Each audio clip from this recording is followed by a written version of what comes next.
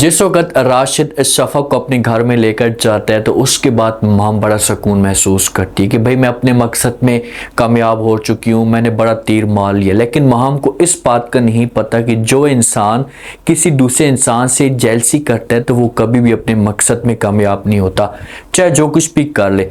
अब महाम जो है ना कोशिश कर रही है कि ज़रोन को अपने कंट्रोल में किया जा सके ताकि ज़रोन मेरी मोहब्बत में मुब्तला हो जाए और मेरी बात मानना शुरू कर दे। अब ऐसा ही करती है।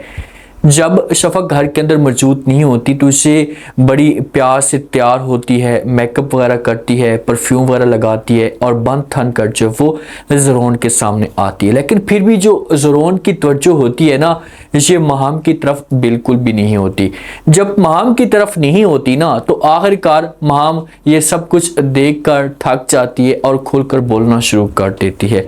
ये ज़रोन को कहती है कि ज़रोन मैं आपके लिए तैयार होती हूँ, आपके लिए बनती हूँ, लेकिन आपकी मेरी तरफ बिल्कुल भी तवज्जो नहीं है।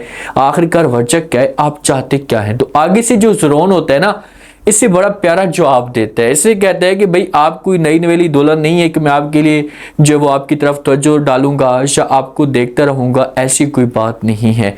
आपको मैं देख देख कर थक चुका हूँ। ये जो बातें ज़रोन कर रहा है ना ये गलत कर रहा है, ऐसी से बातें नहीं करनी चाहिए। देखिए कि जो बीवी प्यार करने वाली होती है या जो अच्छी होती है वो चाहे 10 साल हो जाए उस शादी को फिर भी वो बीवी प्यारी ही लगती है। महाम ने कभी ज़रोन के सामने उस पोजीशन से बात ही नहीं की।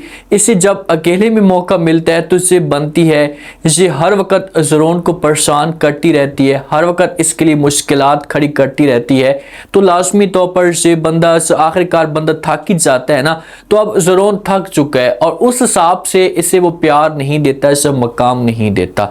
लेकिन है बड़ी खुशकिस्मत, चलो ठीक है, जो शफक है से घर छोड़कर चली गई है तो मुझे मौका मिल चुका है और मैं ज़रोन को किसी तरह से अपने कंट्रोल में करने की कोशिश करूंगी।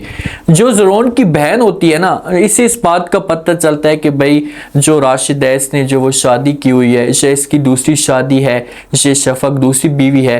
तो ये अपनी बहन अपनी माँ के साथ और वहाँ पर महाम की माँ भी मौजूद होती है तो इनके साथ इस टॉपिक पे बात भी करती है। तो जब महाम की माँ ये बात सुनती, अब इसे तो बहाना चाहिए था ना, ये तो बहाना ढूंढ रही है कि किसी तरीके से हम लोग शफक को ब्लैकमेल करने की कोशिश करें, जैसे डरा कर रखें, इसे धमका कर रखें। तो जब ये बातें सुनती है तो ये हैरान होकर बोलना शुरू कर देती है। शफक को इस मामले पे दुख तो बहुत ज्यादा होता है। ये बात शफक सुनती है। शफक देखिए कि राशिद के साथ अगर रह भी रही है ना तो इसे मजबूरी की वजह से रह रही है, इसके पास कोई दूसरा ऑप्शन है ही नहीं। अगर इसके बस में होता तो ये 1 मिनट भी ना लगाती और हमेशा के लिए जो वो छोड़कर आ जाती।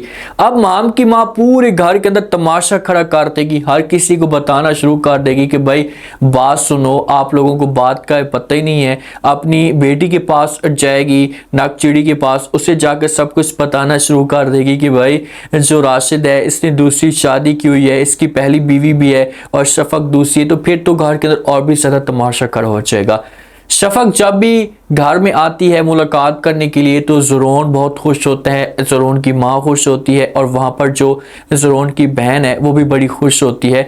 और ये तीनों या चारों एक ही रूम के अंदर बैठकर गपशप करना शुरू कर देते हैं, एक ही साथ वक्त गुजारते हैं। और जब महाम ये माहौल देखती है तो फिर तो महाम है ना, इससे कहाँ ये सब कुछ बर्दाश्त होता है और इसे फिर खुलकर बोलना शुरू कर देती है। ये ज़रोन के पास आती है, ज़रोन के ऊपर टास्क करना शुरू कर देती है। इसे कहती है कि ये 2% की लड़की जब इस घर के अंदर आती है तो आप लोग सब कुछ भूल जाते हैं और मुझे किसी किस्म की आप लोग वैल्यू तक नहीं देते। आखिरकार आप लोगों को मसला क्या है? तो आगे से ज़रोन है और ये चुप नहीं बैठता और ऐसा मुंह तोड़ जवाब देता है, इसे अपनी औकात याद दिलाता है कि तुम्हारी औकात ये है। ये हर किसी को पता है कि 2% का कौन है और 2% का कौन नहीं है। तो ये जो इशारा होता है ना महाम के लिए ये काफ़ी होता है और इससे सब कुछ समझ जाना चाहिए कि भाई ज़रोन जना से मेरे साथ खुलकर नफरत करता है और ये कुछ ना कुछ बड़ा करने की कोशिश करेगी। जब एक इंसान पूरा जोर लगाता है, पूरा जोर लगाने के बाद फिर भी अपने मकसद में कामयाब नहीं होता ना तो उसके पास पे सारे ऑप्शन में से के लिए ख़त्म हो जाते हैं और एक ही ऑप्शन बचता है कि वो गलत कदम उठाए। और ये गलत कदम शफक को तो इतनी आसानी के साथ रस्से से नहीं हटा सकती। जब शफक ये माहौल देखती है, महाम की ये बातें सुनती है, तो इससे बड़ी तकलीफ होती है। इसकी आंखों के अंदर आंसू भी आते हैं कि शायद देखें कि मैंने जो वो कभी भी इसके बारे में ऐसा नहीं सोचा, इसके बारे में गलत मैंने नहीं सोचा, तो इसका क्या हक बनता है कि ये मेरे साथ ऐसा की बातें करे, ये मुझे ऐसी बातें सुने। तो यहाँ पर बर्दाश्त करना होगा शफक को। जब शफक ये सब कुछ बर्दाश्त करेगी तो एक वक्त ऐसा आएगा कि शही ज़रून होगा, से हमेशा के लिए शफक का हो जाएगा और महाम को कड़ी से कड़ी सजा मिलेगी और उस वक्त महाम के हाथ में कुछ भी नहीं आएगा।